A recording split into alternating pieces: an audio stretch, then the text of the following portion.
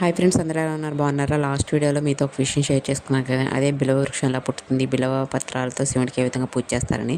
అలాగే ఇంకో విషయం అయితే ఇంకో విషయం అయితే మీతో షేర్ చేసుకోవాలనుకున్నాను. అదేంటంటే మన పెద్దలు గడప మీద కూర్చోకూడదు, గడపను తొక్కకూడదని అంటారు కదండి. అసలు దాంట్లో గల పరమార్థం అనేది ఏంటో ఉంది ఈ వీడియోలో మీతో షేర్ చేసుకోవాలనుకుంటున్నాను. అసుర సంధ్య వేళలో శ్రీ మహావిష్ణువు నరసింహ అవతారం ఎత్తి హిరణ్యకశిపుడిని సంహరిస్తారు కదండి. అంటే అది సాయంత్రం వేళ కదా.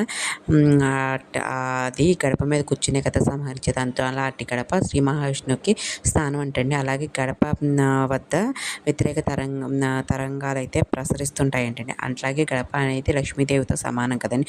అందుకే గడపకి ఇష్టమైన పసుపును రాసి మంగళకరమైన కుంకుమ బొట్టు పెడతాం కదండి. అంతేకాకుండా పూర్వకాలం పాములు అనేవి ఎక్కువ ఉన్నాయంటండి. పాములు ఎక్కువ ఉండటం వల్ల గడపకు పసుపు రాయడం వల్ల ఆ ఘాటు స్మెల్కి పాములు అనేవి లోపలికి రాకుండా ఉండేవంటండి. ఇలాంటి ఎన్నో విషయాలు మీకు కావాలనుకుంటే వెంటనే నా ఛానల్ సబ్స్క్రైబ్ చేసుకోండి. ఇలాంటి ఎన్నో విషయాలు మీతో షేర్ చేసుకోవాలనుకుంటున్నాను. వీడియో నచ్చితే లైక్ చేయండి, షేర్ చేయండి, సబ్స్క్రైబ్ చేసుకోండి ఫ్రెండ్స్.